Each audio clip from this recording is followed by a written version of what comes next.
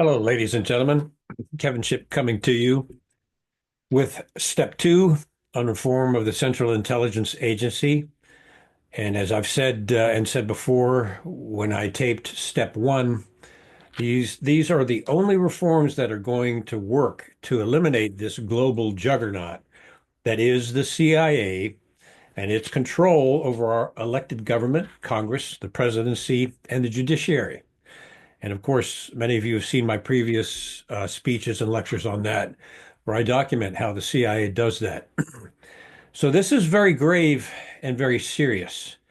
And as you all know, I have been calling, especially in one of the last chapters of our recent book, Ken Heckenlively and myself, uh, the last sentence in the last final chapter before the Trump assassination analysis is calling for an avalanche of the American people to speak out and decry the CIA and demand that Congress and Senate really reform the CIA, not these panels, not these oversight committees that are a window dressing, but serious reform of this agency.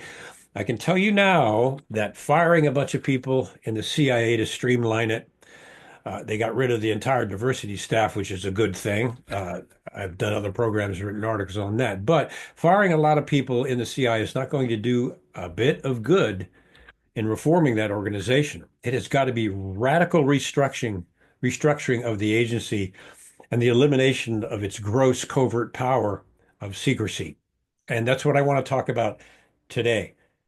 Please like and subscribe this video. I do these things for free at my own risk because the time has come. This is our moment. This is our season to actually see real reform of the CI if we push for it. And if we push our congressmen and senators to do it, many of which are in the CIA's pocket, and more on that later. So, as I always do, I want to present some slides so that you all can see this kind of broken down and distilled, and it's easily digestible, and you can share it with others, and you can go back and refer to it later on if you would like.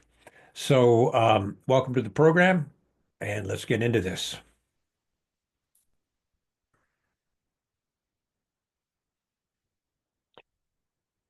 All right. As I've said in program after program, right now the Central Intelligence Agency, its role, its activities and functions are unconstitutional. And as I've also proven in previous videos, the CI is engaged in multiple criminal felonies, even recently.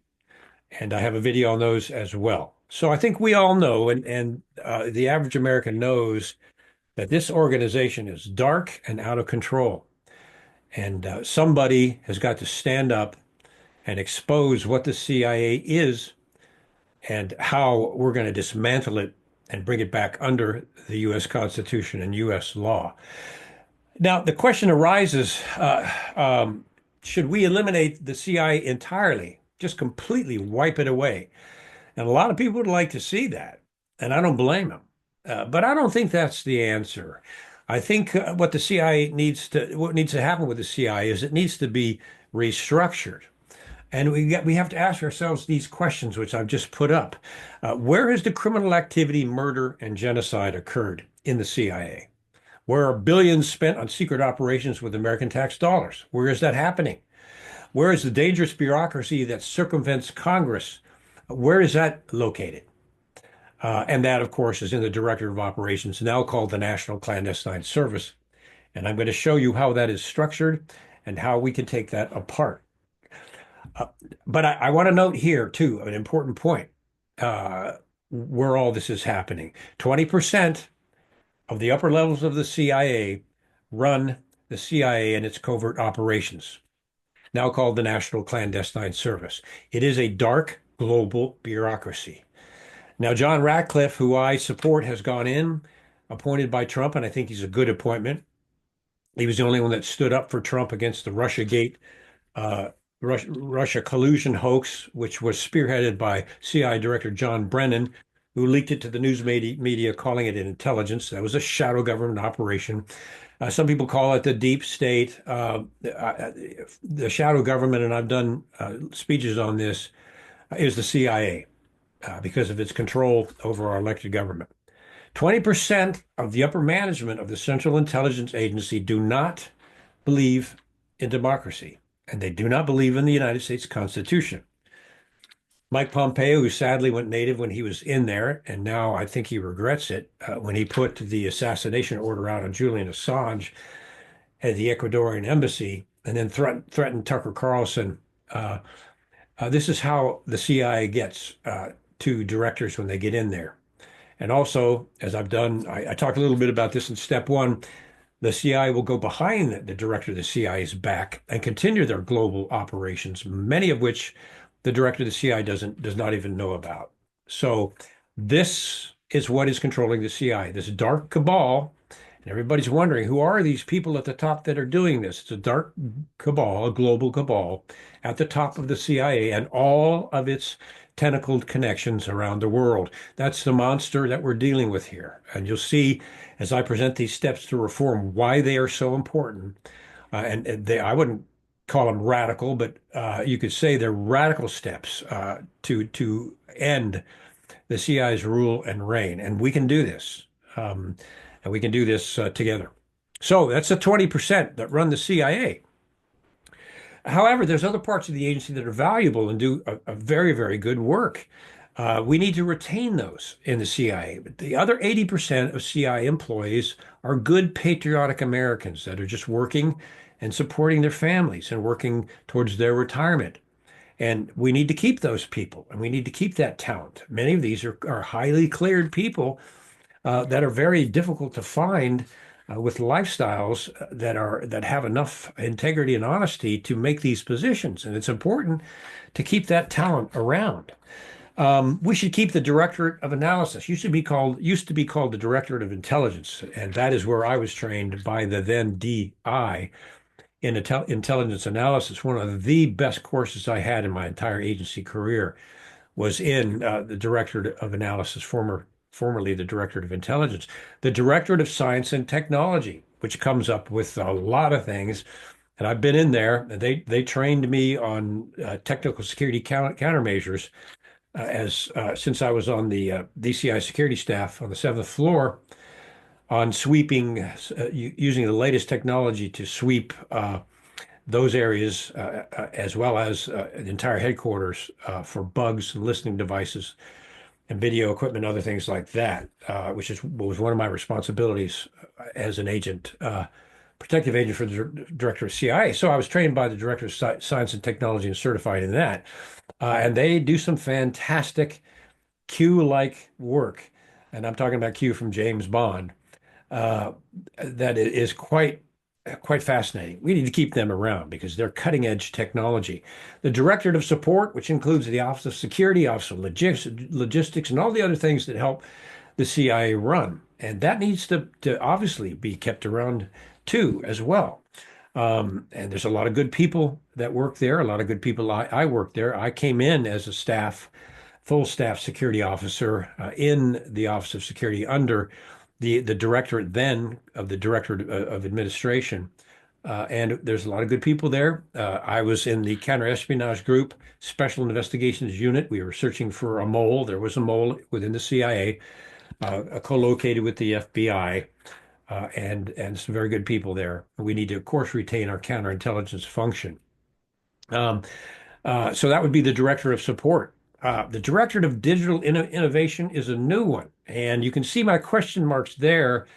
Okay, we need to keep an eye on this one because just knowing what I know, having been trained by them, I think we can be pretty much sure that the Directorate of Digital Innovation is going to be using artificial intelligence for surveillance purposes and for digital tracking purposes. And that is quite chilling. After 9/11, the CIA recommended that every single American be given a digital ID and controlled through that digital ID. Fortunately, Congress shot that down. But that was years and years ago. The CIA tried this, and you can be sure that they're going to try it again because that's what they do. So we need to keep these parts of the agency intact, in my view, because they're valuable and they provide a good, honest service to our country. The National Reconnaissance Office, or the NRO, where I also worked on satellite programs.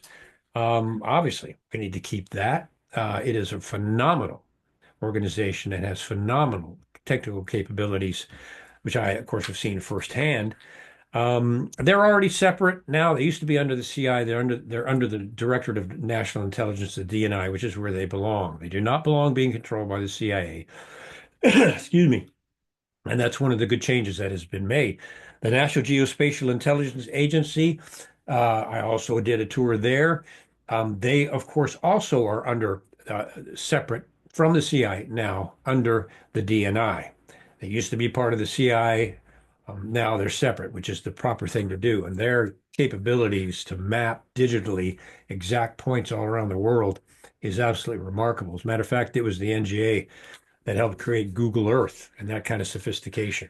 So as long as these things are used for good, they're remarkable. So that's how we should restructure, not destroy the CIA entirely, but remove its covert power of secrecy. And as I mentioned at step one, transfer that out either to the Defense Intelligence Agency or to a separate National Clandestine Services Agency and away from the CI that has abused it so horribly.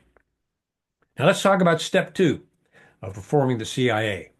And remember this quote from Kennedy. Kennedy knew something.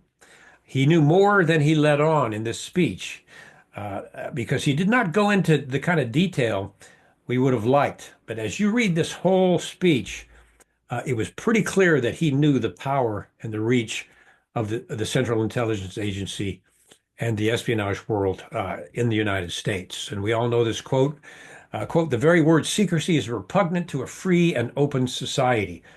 In my last book, which is behind me on the bottom, From the Company of Shadows, I have an entire chapter called The Tyranny of Secrecy and how secrecy is used as a tyrannical weapon to circumvent the Constitution and eliminate enemies, especially of the CIA. Kennedy said this, and there's a very grave danger that an announced need for increased security, remember 9/11 and the Patriot Act, will be seized upon by those anxious to expand the meaning of the very limits of official censorship and concealment. What did Kennedy know? He knew more than he was letting on. Obviously, in my view and the view of others, that he had several enemies, Wall Street, some of the military industrial contract organizations who were going to lose trillions if we pulled out of Vietnam, despised them, and all together with the coordination of the CIA, in my view. And I think that's where the evidence puzzle pieces point. The CIA was involved in the assassination of John F. Kennedy, but that's for another program. Of course, he made this statement: "I will splinter the CIA into 1,000 pieces and scatter it to the winds." And I think it was just a mere 3 months after this, the President of the United States was murdered. Uh, Details for another show. All right. Now let's look at this because this is serious. These are the constitutional violations of the CIA, and I'm putting these out there so you can share these with other people so we never forget what the CIA is. It has bloody roots, and that blood is all the way up to the fruit that it's producing now. The CIA has control of congressional hearings. They withhold documents with impunity. If they don't want to give something to Congress, they just say, no, you're not getting it. And I'll show you what happens when the Congress issues these weak threats, what the CIA will give them.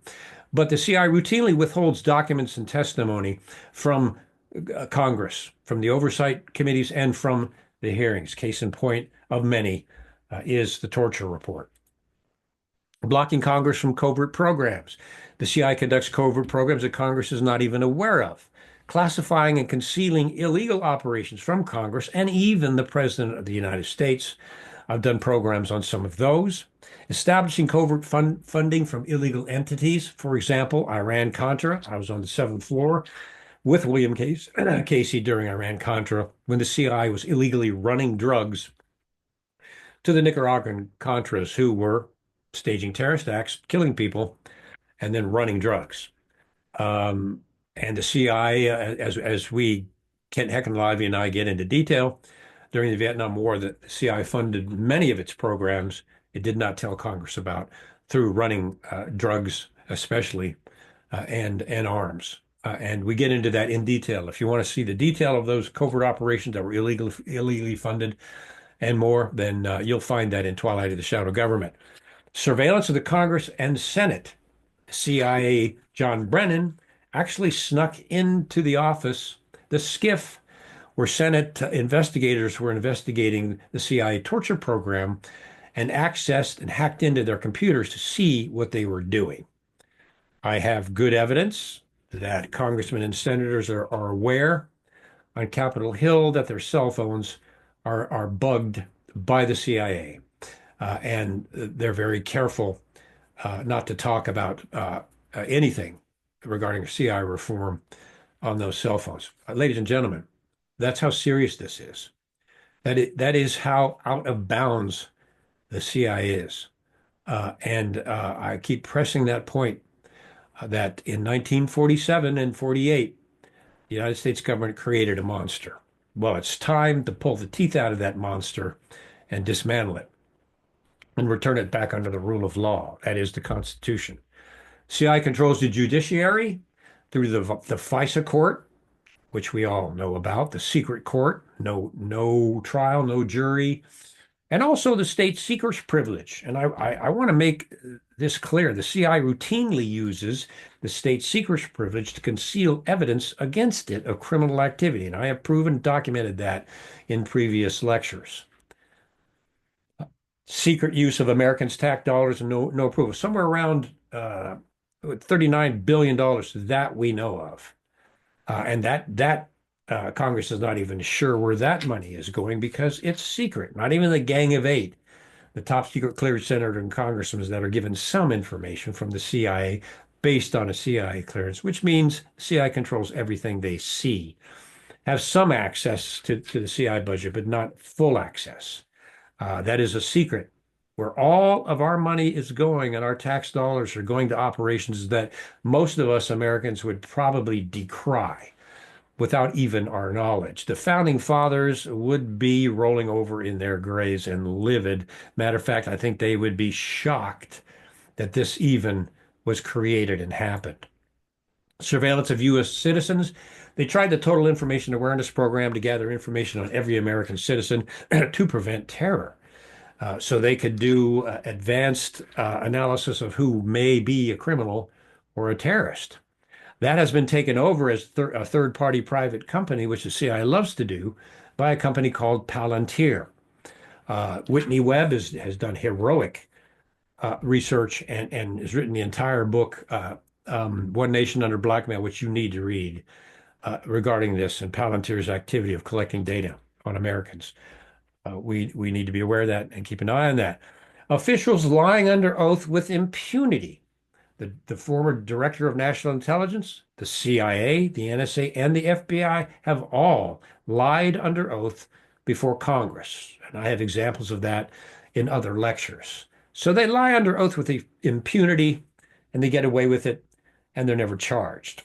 Welcome to the shadow government. More constitutional violations, secret operations involving human rights violations and the coups that the CIA has engaged in.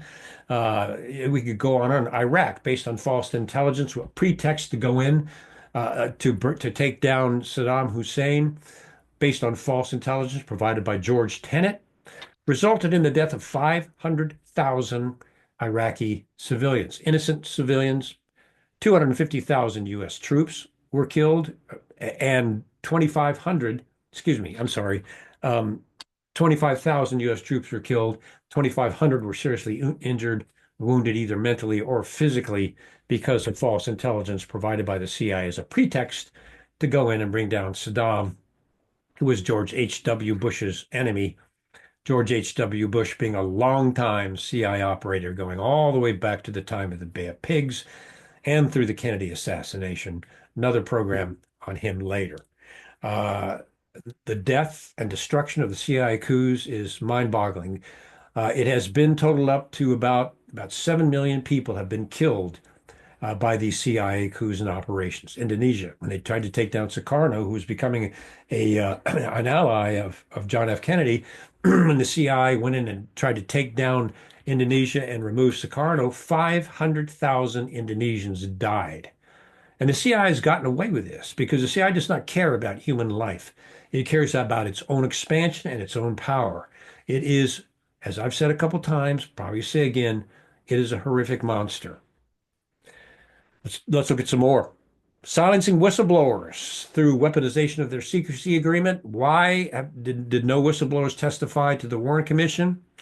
Why did no whistleblowers testify to the 9/11 Commission? Why have other whistleblowers not testified in similar events? Because they're threatened with the secrecy agreement. If you talk about anything classified that you've had access to, you signed a secrecy agreement, and we're going to put you in prison.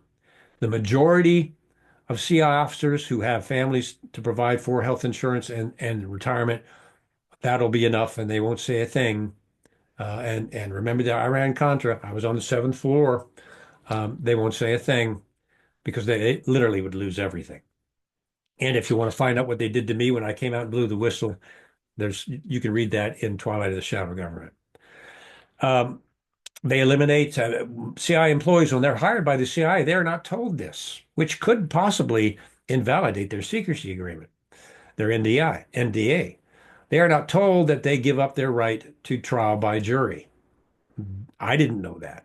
When I sued the CIA for the poisoning of my family, the break-in and the painting chemical on my ceiling, I was told you gave up your right to trial when you signed your secrecy agreement. I had no idea, and I had no right to a jury trial. Of course, the CIA uses a state secrets privilege with impunity. They tried to do that in my case. Sadly for them, I'm a person of faith. I answer to a higher authority, and I went around that, and I provided the evidence anyway. That's now I take that step because I believe that this is what I'm called to do.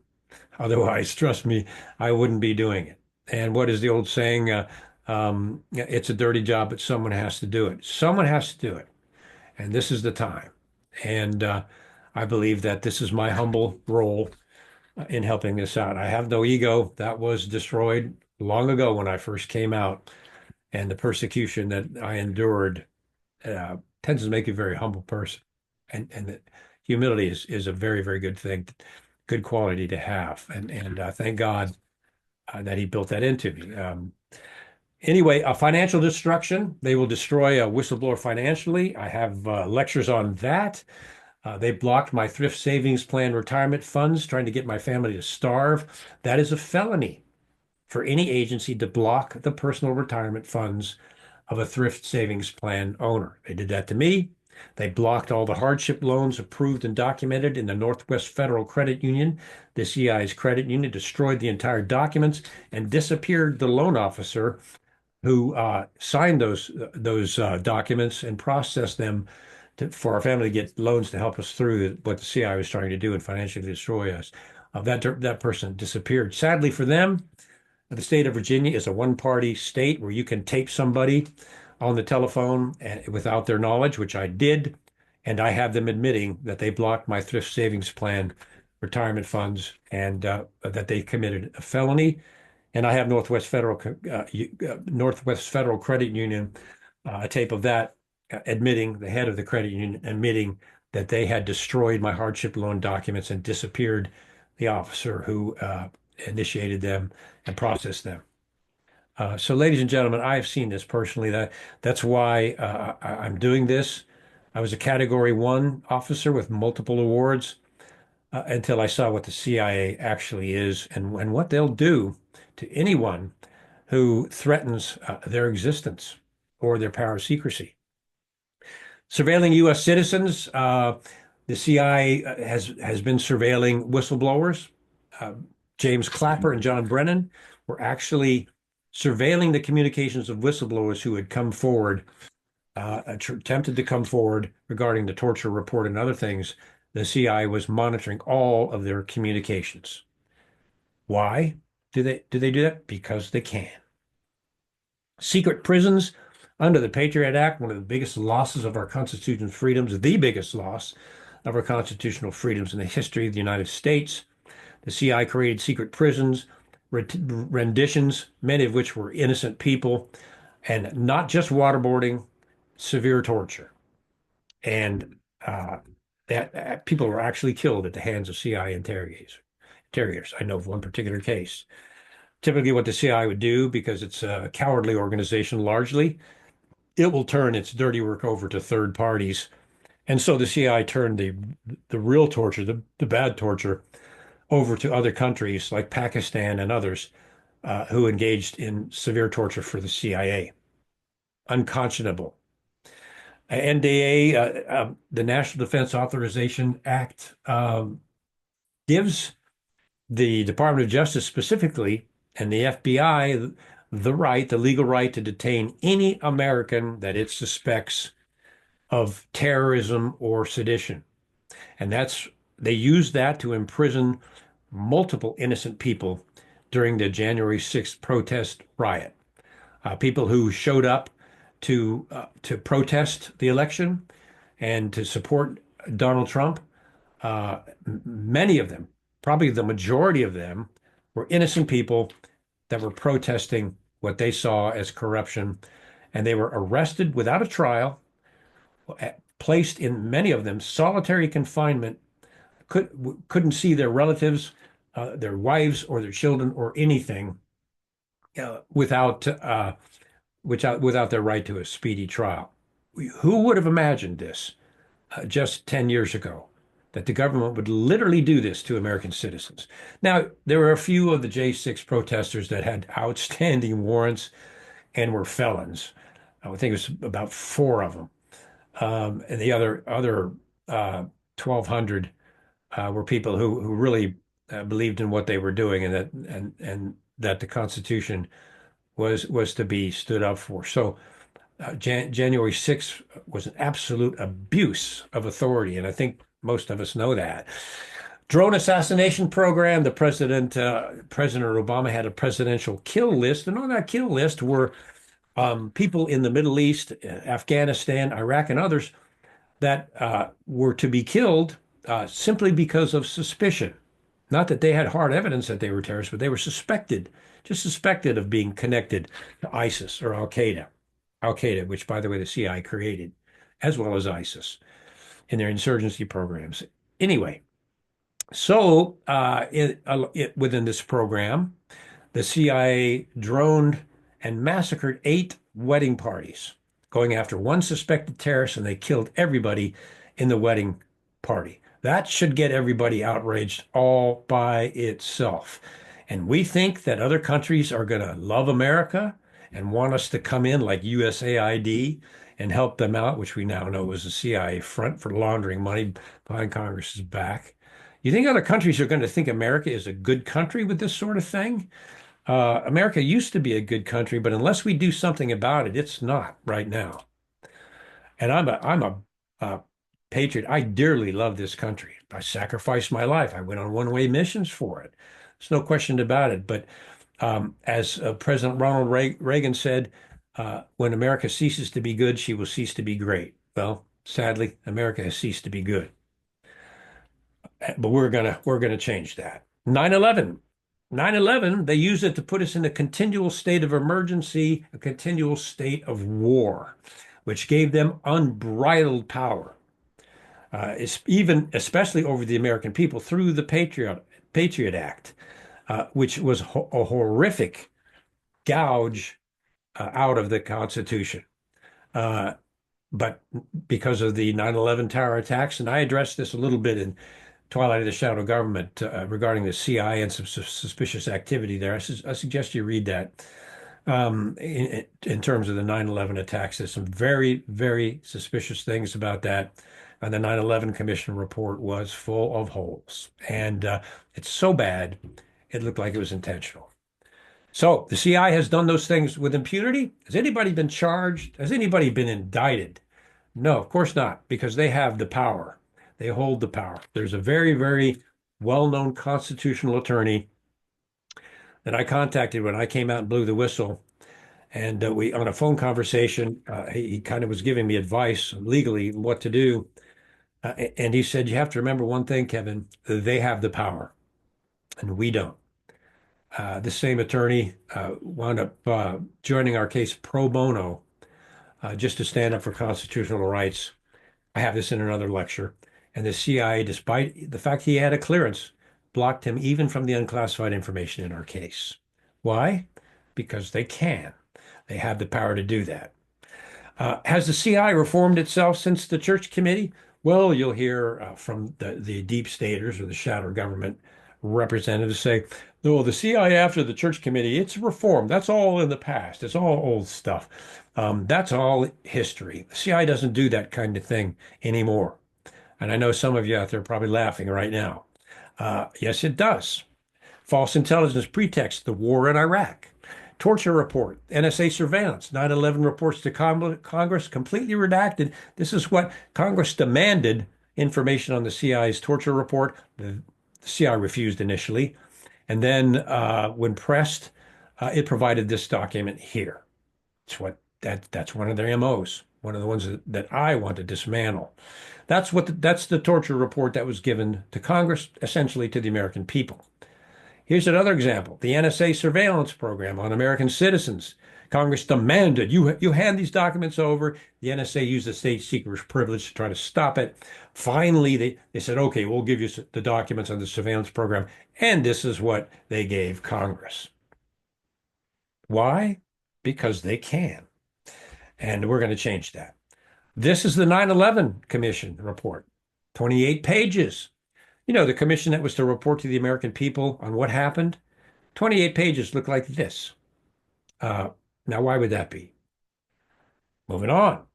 Remember Fast and Furious running guns across the border, which wound up in the hands of drug cartels, murdering people with guns that the U.S. ran over the border to them? Well, Congress, this is Daryl Issa holding this up. Congress demanded you give us the facts about Fast and Furious and exactly what you did. Well, you look at Mr. Issa's hands, you can see the document that they received. In my case, when I came out against the CIA uh, and revealed a program they tried to destroy and cover up regarding the vulnerability of their agents that could be assassinated in the foreign field, and you should watch that.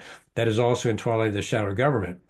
But when I came out and my family was poisoned and they painted the chemical on the ceiling, etc., um, the CI coerced the judge at the probably threatening the future of his judgeship. He was a federal judge, and the CIA had the judge issue a gag order on me, my wife, and my children. And this is what the gag order looked like. They refused to give us this gag order for 2 years. My attorneys pressed them and pressed them and pressed them for 2 years. And the CIA came back and said the document was too classified for our family to see. So we were gagged by something we couldn't even read. I get so ridiculous, but that's the kind of grotesque power that agency has. Torture videotapes were destroyed. Gina Haspel, known as Bloody Gina within the CI for her role in the torture program. Congress subpoenaed 10 videotapes on torture, the bad kind, and good old Gina Haspel destroyed all 10. Was she held responsible? Was she indicted? Was she charged? No, no. She's probably drinking a mint julep by her pool somewhere in the outskirts of Washington, D.C. Completely got away with it. Mockingbird, we now know about the CI using USAID as a front to launder money where Congress didn't know where it was going, to launder money for over 4,000 news outlets around the world that were being funded by the CIA for propaganda through USAID. And in the majority of cases, it was left-wing propaganda pushing LGBTQ, pushing transgender surgery, pushing abortion on foreign countries tied to the money that USAID was giving it and the CIA was manipulating. Ladies and gentlemen, how evil and wicked can an organization be? Um, let's keep going. George W. Bush, I mentioned the Patriot Act and the gross expansion of CIA power. George W. Bush, sadly, bit of a turtle on a pole, doing the wishes of his longtime CIA operative father. That's another program. Spying on the Congressional Torture Report, I talked about that. Spying on congressmen's cell phones, I talked about that. Spying on CIA whistleblowers, I talked about that. This is all modern history. This is all right now, everybody. This isn't something that they did in the past, and they're not doing that anymore. This is happening now.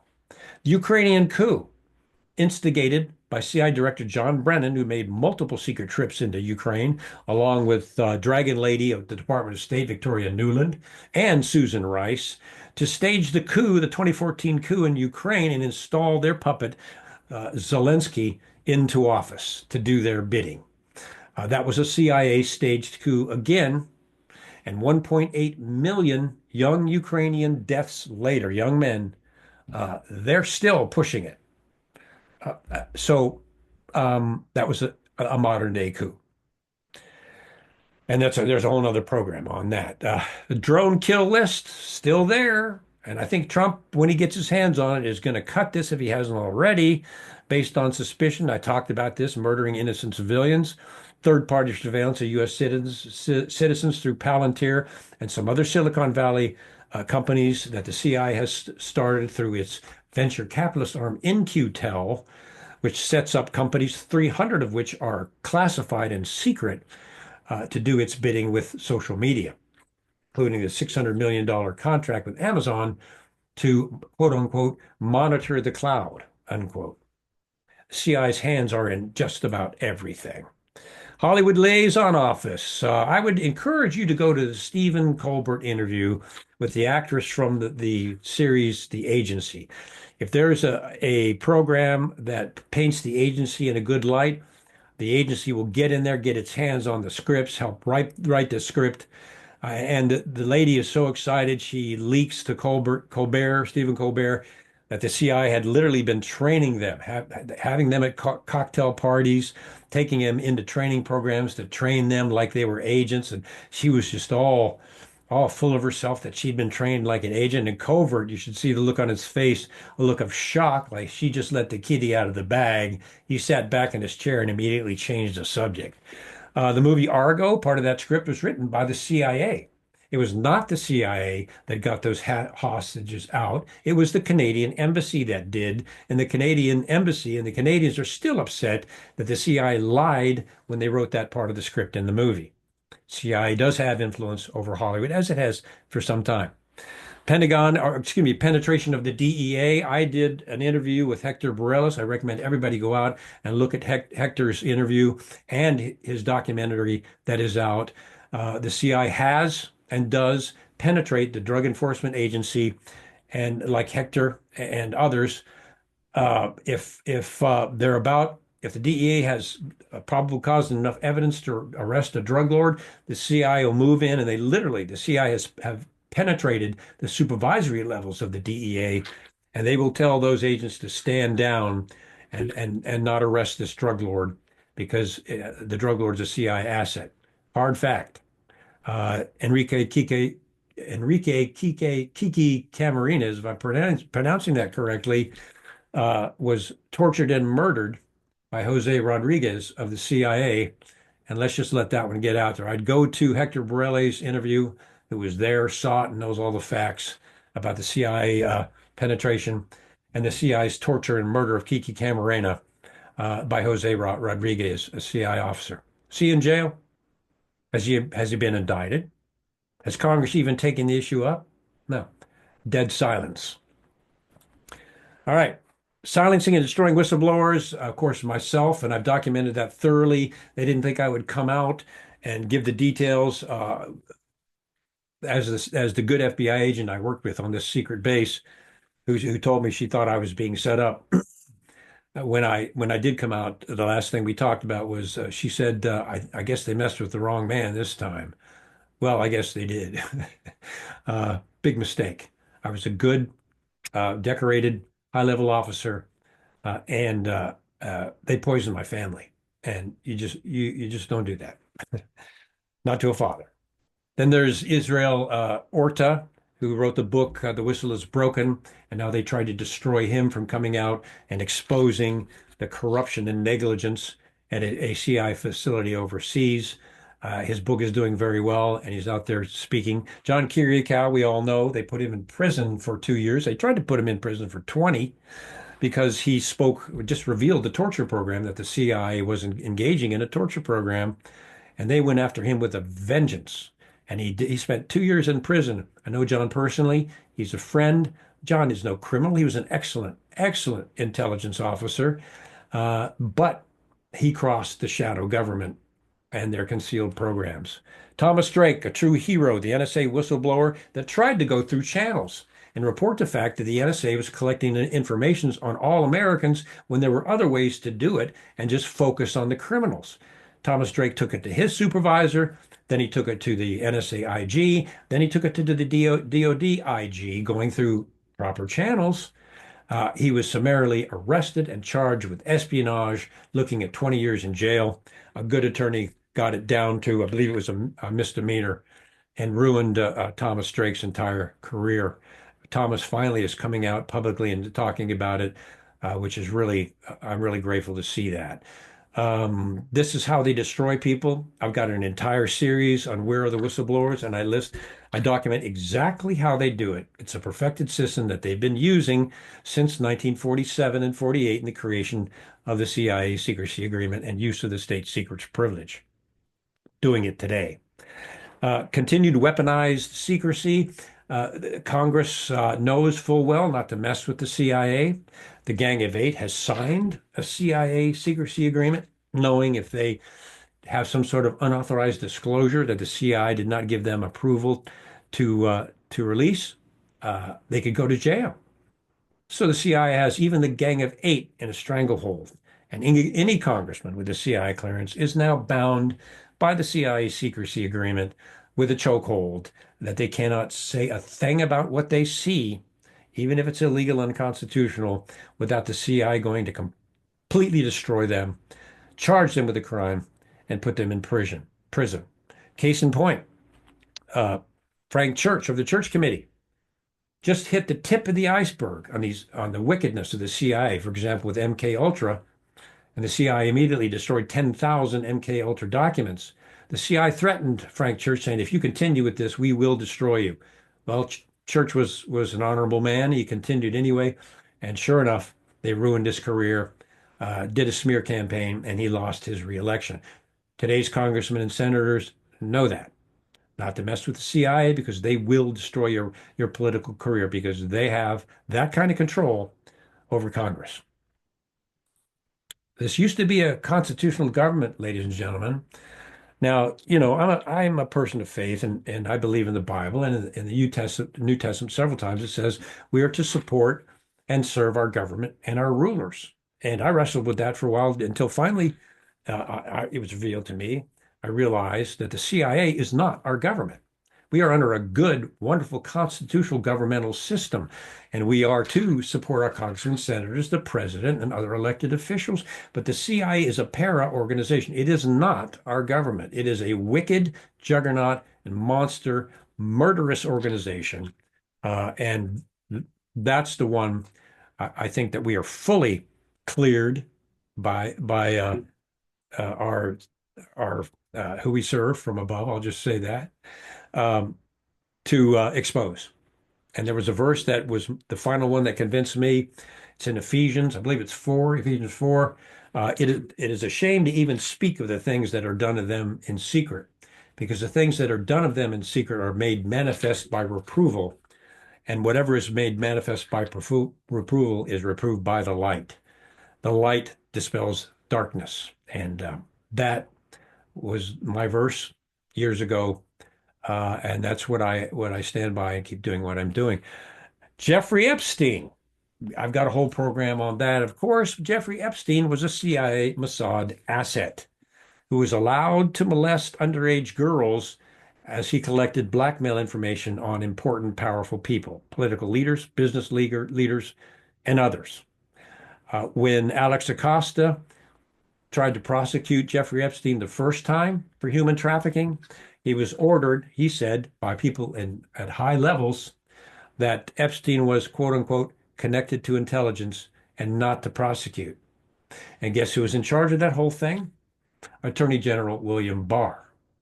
who makes it look like he just worked temporarily for the CIA previously to his time with Donald Trump, when it turns out that William Barr's connections to the CIA go all the way back to his times at his Ivy League college, and that his dad was actually involved in the creation of the CIA in its beginning. And William Barr has been a CIA asset for decades. Trump and the transition team sadly missed that, as William Barr became one of his number one shadow government intelligence adversaries. And of course, Epstein was murdered in his jail cell. Uh, and how do we know this? The number of coincidences that happened. This is how the CI propaganda does it. They give all these ridiculous reasons, like Muhammad Atta's passport was found 2 streets over, despite the fact that the entire building plane was incinerated. They found a paper passport, things like that. They'll make these stupid claims, but if they repeat it enough, people start to believe it. And the CIA knows that. It's a practice propaganda technique because it has worked. And so Attorney General Barr was thought to be a good Attorney General, when in reality, he's a CIA operative. And this is a CIA Mossad blackmail operation of the most horrific kind that was known about, supported, and connected to the Central Intelligence Agency. The Intelligence Oversight Committees, I have a program on that later I'll talk about. It's just a window dressing. I made a couple of allusions to that. When I was inside, I had a friend who went in to discuss some things with the Intelligence Oversight Committee, House Permanent Select Committee on Intelligence, Senate Select Committee on Intelligence. And he found that the investigations that were being given to them were all piled in a closet with the door shut, and they wouldn't even touch them. The oversight committees only meet once a year, the least of any other committee in Congress. And when they do, it's window dressing, bound by CIA clearances. We'll talk about reform of that in a later program. Russiagate, in our face, modern times. CI Director William Brennan, in an attempt to control an election, as was the 42 intelligence officers that tried to dethrone Trump and lie about Hunter Biden's laptop. John Brennan took the Russian dossier, which is a complete falsity, we now know, and he leaked it to the press, calling it intelligence when he knew darn well it was not intelligence. And when those 42 senior intelligence officials knew that Trump had not was not contacted by Russia, and they knew that Hunter Biden's laptop was legitimate, that they will lie with impunity. And it helps to understand that that's what the CIA is. It is created and it functions, and its basic tenet is what is called plausible deniability. In other words, lying. The CIA is an organization that lies as its foundation. Check out some scriptures on what God thinks about lying. Anyway, let's move on. Russiagate. This is all modern stuff, everybody, and there's more. So no, the CIA has not changed since the Church Committee. It has, if anything, gotten worse in several areas. The Iran-Contra operation, I was there, 7th floor of the CIA when this happened. And I mentioned that during that operation, the CIA penetrated the DEA and tortured and killed Kiki Camarena. Moving along. Now, step 2, what do we do? There are 13 of these, so bear with me. That's why I'm recording these, making these a matter of record. In the process of starting a book on these as well. Step 2, repeal National Security Council Decision Directive 10-2 of 1948. That's important to remember. It will eliminate the unbridled and unaccountable CIA power of secrecy and covert operation through the use of plausible deniability. You need to remember that term because that's what the CIA has been using to get away with these horrific things. Did Truman create a monster? He didn't intend to create a monster, but he did. And 2 years after the CIA's creation, Truman wrote an op-ed for the Washington Post, which of course we all know is a mockingbird, because his op-ed was removed 3 days later by the Post. But Truman in his op-ed said, "There's something about the CIA that I believe is casting a shadow," hence the title of my book, From the Company of Shadows. "There's something about the CIA that is casting a shadow of our historic position of freedom, and I feel we need to correct it," unquote. Harry Truman in an op-ed in the Washington Post, which removed that op-ed 3 days later. Anyway, the creation of the of National Security Council Directive 10-2 created the concept of plausible deniability. Quote, activities that the U.S. government conducts against hostile foreign states or groups, or in support of friendly foreign states or groups, but in a way that makes it difficult for unauthorized people, of course, that would be us too, to identify the U.S. government's responsibility. That also means that they can conceal this from the American people, who they should be serving. Plausible deniability. So these things will happen. For example, the 2014 coup in Ukraine, and the U.S. government can say, well, no, we didn't have anything to do with that coup. Or we didn't have no connections to Jeffrey Epstein. They can legally lie to cover their covert operations with impunity because of this Directive 10-2. That needs to be repealed and needs to be rewritten. Here's an example. I just wanted to show you how egregious some of this stuff has been. CIA Director Alan Dulles, I recommend the book The Devil's Chessboard by Michael Talbot that talks about the origin of the CIA. You need to read that, and you can see the bloody roots that is the CIA. The CIA director brought Nazi war criminals after the war into the United States, and he doctored their files and took out their war crimes and then presented them to Truman, who then approved them to come in and work as scientists for the United States government. He removed any evidence of some of the things they did, including this fellow. Alexandre Lilikius, if I'm pronouncing that correctly, was a Nazi unit commander. He oversaw the murder and execution of 60,000 Jews in Lithuania. Alan Dulles scrubbed this information from his file because he was a brilliant scientist, ran that by Truman, and Truman signed off on bringing him in to work for the U.S. as a scientist and he worked directly for the CIA. How evil can this organization be? Well, we'll continue on. Should it be in existence? No, not this part of it. National Security Council 4-A, December 1947. I just want you to be aware of this. The Truman administration authorized the National Security Council to conduct covert operations in peacetime, and that's what we want to focus on here. In peacetime, under plausible deniability. In other words, they can continue their covert criminality whether there's a war or not, even in peacetime. Now, Truman allowed this because he thought that it was going to be used to counter Soviet propaganda operations. He had no idea what it really was going to be used for from that point until now. CIA used NSC 4A to conduct broad unchecked peacetime covert operations. Modern examples, manipulating French elections, Iran-Contra gun running and terrorist activity on the behalf of the Iran-Contras, drug running through their Iran-Contra program, the biolabs that the CIA set up in Ukraine, on and on and on and on. Oh, the U.S. government doesn't know a thing about created biolabs in Ukraine until Dragon Lady of the Department of State, Victoria Nuland, slipped and mentioned one of those biolabs in Ukraine. I think that was a Homer Simpson moment for her. Oh, she let that slip. This plausible deniability, and these National Security Council directives gave approval to conduct unbridled CIA covert operations. Things like propaganda, economic warfare, sabotage, anti-sabotage, demolition, evacuation measures, subversion against hostile states. Remember, even in peacetime. Assistance to underground resistance movements, that would include Al-Qaeda, that would include ISIS, who the CIA trained, recruited, funded, and armed. And we want to keep this organization in place? I don't think so. The war on terror, and they knew this when they created the Patriot Act, gives the CIA approval for unending covert operations. Unending, because we're in a war. The war on terror. That statement was extremely important when the turtle on the pole, George W. Bush, made that statement. And that includes within the United States, and that includes within peacetime, everyone. Critically important to know. Congressional compliance with the CIA.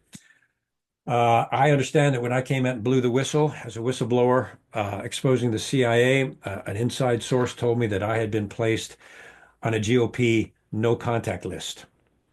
Also, when I sent documented evidence of what the CIA had done on this base, unclassified, to every member of the House Permanent Select Committee on Intelligence and the Senate Select Committee on Intelligence.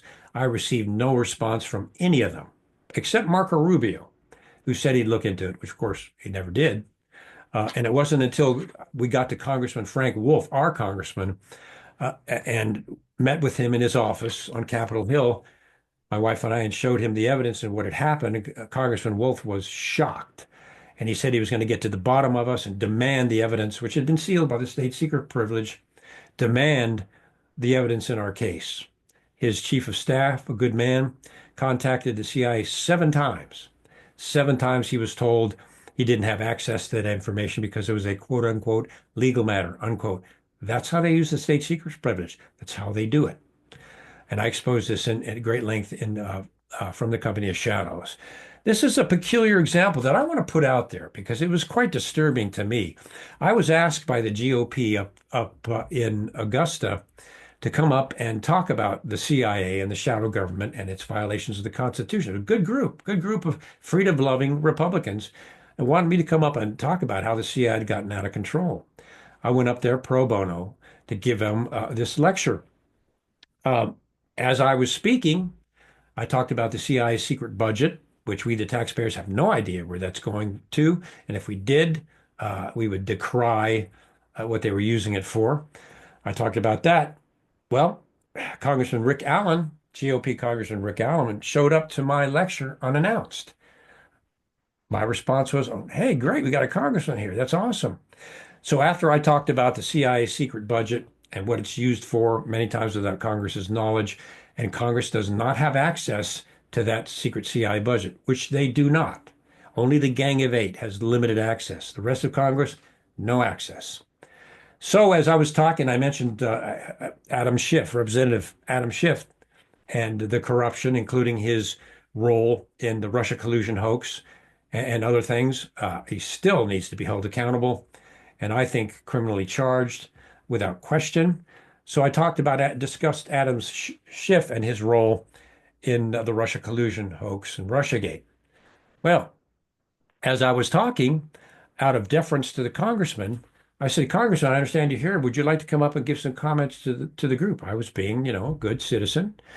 Now, Congressman Rick Allen sits on the Senate Agricultural Committee. He does not sit on any of the intelligence committees. He doesn't even have the limited access they have to the CIA budget. So Congressman Allen gets up, and when I offered him the floor, attempted to contradict my entire lecture in front of the whole audience. He claimed he had full access to the CIA's secret budget. He also claimed Adam Schiff was a good congressman, a close friend of his, and a good representative. And he just quote, saw him in the hall this morning, unquote. Makes me wonder if Congressman Allen was sent to my lecture after a discussion with Adam Schiff. I just wanted to put this out there because this man lied to a GOP group. And this is how deep the CIA's talons go into Congress, not just the GOP, but also quite a bit on the Democratic side also. We need to understand that. All right. Now, this is a beautiful quote from a book everyone should read. Matter of fact, I have a copy right here. Let me grab it.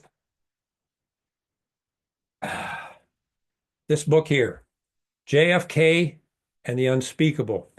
This is the best, most accurate, most evidentiary book on the assassination of John F. Kennedy I have ever read. Both Bobby Kennedy Jr. and I together, both of us agree and had endorsed this book. I would get a copy of this and read it page to page. JFK and the Unspeakable. It is a masterpiece, in my opinion, especially regarding the JFK assassination. In the book, the author, James Douglas says this, quote, in the name of national security, they had unwittingly allowed an alien force, that is the CIA, alien to our government, an alien force to invade democracy. As a result, we and the world had to deal with a U.S. government agency authorized to carry out a broad range of covert criminal activities on an international scale, theoretically accountable to the president, but with no general accountability to anyone. I couldn't have put that any better. He also said this. The assumption was the creation of the doctrine of plausible deniability that the agency's criminal power could be confined to covert action beyond the borders of the United States, with U.S. citizens granted immunity to its lethal power. That assumption proved to be wrong. As I wrap it in conclusion, remember this. We must remember this. The CIA operates within the United States through fear. I have a very good author, wonderful man. We've done some shows together. He had a program called Politics and Faith where he would get into some of these things. And we were going to do an interview, and he said, I can't do it. I said, why? He said, two federal agents just showed up at his door and told him if he continued his show, Politics and Faith, he would be arrested. And they had him terrified. Tucker Carlson, Mike Pompeo, the director of the CIA, called him personally and said, if you continue covering Julian Assange, you will be arrested. So the CIA, much of its power is through fear. Ask your neighbor. If somebody showed up at their door and said they were with the CIA, would not that neighbor be terrified? If somebody showed up at their door and said they were with the CIA, asking questions about you, would you not be terrified? If someone found out, hey, the CIA has been asking questions about you around work, would you not be terrified? You better believe it. The problem is the American people largely are afraid of the CIA, and that's exactly what the CIA wants. That's why sometimes I post the Wizard of Oz segment where the little man is behind the curtain pulling the levers instead of the big, ugly, horrible Oz face, and then part of the CIA logo behind that. The CIA is the little man behind the curtain that's trying to make people afraid, American people, that it's this big, horrible, scary face that can destroy them and erase them. And that is propaganda. And it has worked. I speak to people all the time. Boy, I'd love to, come out with you and talk, but I'm just afraid of what the CIA will do to me. And I'm telling them that's exactly the point. They've got you completely deceived. My first book, From the Company of Shadows, I went to some well-known publishers, one I won't mention for their sake. And they read the manuscript and said, "My gosh, Mr. Shipp, this is an incredible story. Let me take it before the board." He did, the editor. He did, and came back and said, "Mr. Shipp, we'd love to publish this book. It's an incredible story, but the board does not want to cross the CIA." You find that throughout publishers, with one exception: the patriotic, courageous Skyhorse Publishing. I would go in and buy books from Skyhorse because Skyhorse has the guts to confront the CIA and every other shadow government deep state entity out there. They published Bobby Kennedy's book, The Real Dr. Anthony Fauci. I wrote a couple segments from him in that book. So there is one courageous publisher out there that I support 100%, and that is Skyhorse. Tony Lyons is a hero. So when people fear their government, there is tyranny, and that's what we've been seeing. However, when the government fears the people, there's liberty. This is what we need to do. We need to reform the national security state.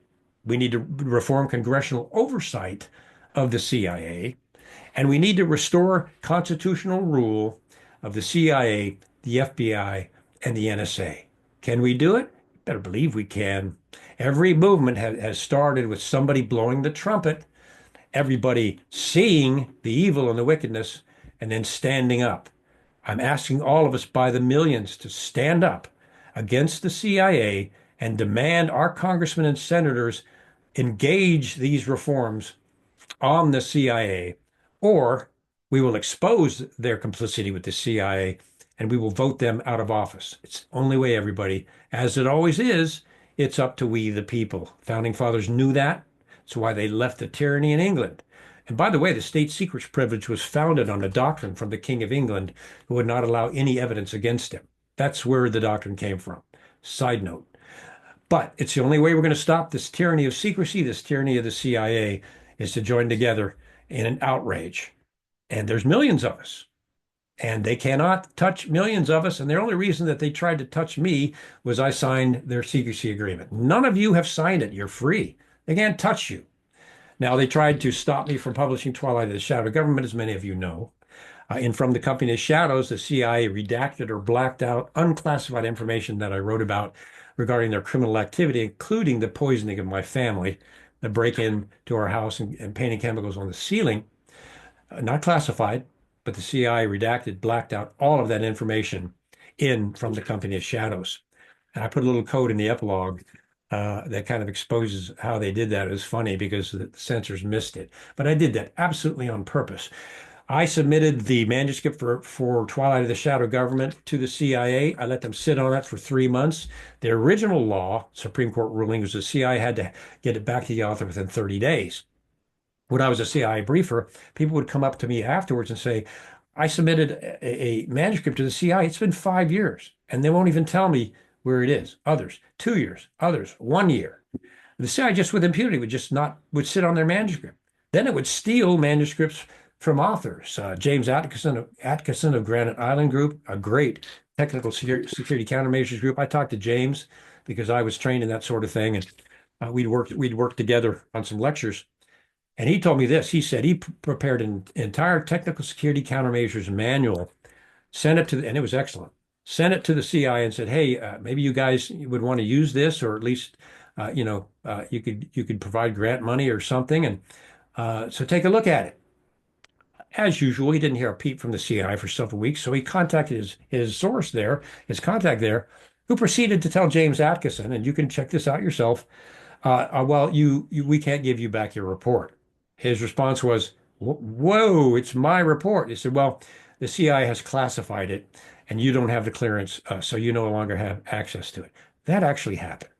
Now, of course, I knew based on all of this evidence, and by the way, the CIA redacting information that is unclassified but reveals their criminal activity. There's Executive Order 12356, subparagraph 1.6a, makes it a criminal offense for the CIA to redact information in any materials or manuscripts simply because it's embarrassing to the CIA or reveals criminal activity. That's why they did in my book, From the Company of Shadows. So, knowing that, I went ahead, let the CIA sit on Twilight of the Shadow Government for 3 months, knowing that they were going to stop its publication. Then I came out and I published it anyway, because the only way is to shed light on this darkness. And I take the personal risk. I like to say I took the risk, so you don't have to. I took the personal risk because this has to be done. This is our hour. This is the moment. And if I have to take this risk to educate the American people and enable people to see the darkness that is the CIA, then I have, as a calculated, conscious decision through much prayer, decided to take this risk. And I consider it an honor to do it. All right, let's wrap it up here as we close this out. My contact information. You can get Twilight of the Shadow Government, How Transparency Will Kill the Deep State, with my courageous friend and co-author, Kent Hecken Lively Jr., who had the guts to join me in writing this book. Magnificent man. I call him super author. Magnificent writer. He and I spent 4 hours a day for about 4 months writing this book, and we had it done in 4 months, which is unheard of for a book with this kind of complexity in it. Anyway, it was a bestseller on Amazon.com. It's sold out. They've restocked it. You can get it there. I may not make a penny off this book because the CI will probably come and try to take my royalties because I did it without their approval. And that's fine. I didn't write this book for that reason, and frankly, I don't care. But that's what they will probably try to do. You can find me every day. I post updates on CI reform and CI criminal activities as they occur on X at Kevin_Ship. I would send you to the recent Blaze article where the CI circumvented this account after I posted the 13th step in CI reform. The CI created a fake at Kevin_Ship account, blocked my account, took down all of the posts initially, took them all down, blocked me and suspended my account, and told me that I had received multiple copyright violations. I appealed 4 times with no response. And finally, just mentioned it to Bobby Kennedy, and a tremendous man, a man of courage and just a wonderful person. He got James Muss of X on it, and they went in and found out that someone had created this bogus account to override my account and my steps to CI reform. They are back, all 13, on X at Kevin_Ship. If you want to get real-time updates on what the CI is doing and how reform is going, go there. Patreon.com/Kevin_Ship. This is a a personal love of mine. The tapes that I taped of the CIA admitting it had committed a felony by blocking my funds, they're on this Patreon.com account. The other tapes on this Patreon.com account, some other things that I don't reveal on YouTube and other places. So I'd recommend you check that out. Uh, CI is taking my royalties. My lovely wife, Sue, and best friend, she set up a GoFundMe account to try to compensate for the royalties being taken. And that doesn't even happen until June. So bless her heart for that. It does help me keep these broadcasts going. I'm my own writer, producer, and director for obvious reasons of this program, and so that helps us there. But anyway, thank you, Sue, for that. And the book, of course, Amazon.com. Please subscribe to this channel and hit the like button, and then send this to everybody you know, because these 13 steps, I believe, are going to dismantle the CIA's power, its gross abuse of secrecy, and its murderous operations for the first time in history. I'm absolutely convinced of that. And with Trump in office now, this is our moment. This is our opportunity. So please share this video with everyone that you know and that you can. Let's get this information out there. All right, everyone. Thanks for listening and sticking with me through all of that. There's going to be more coming. Obviously, we'll get on step 3 next. And in the meantime, remember, when people fear their government, there's tyranny, but when the government fears the people, there's liberty. And I can tell you by the things that they're trying to do to silence my postings, they're afraid. The CIA is afraid, and they're afraid of us. So love you guys. God bless you all, and we'll see you on the next program.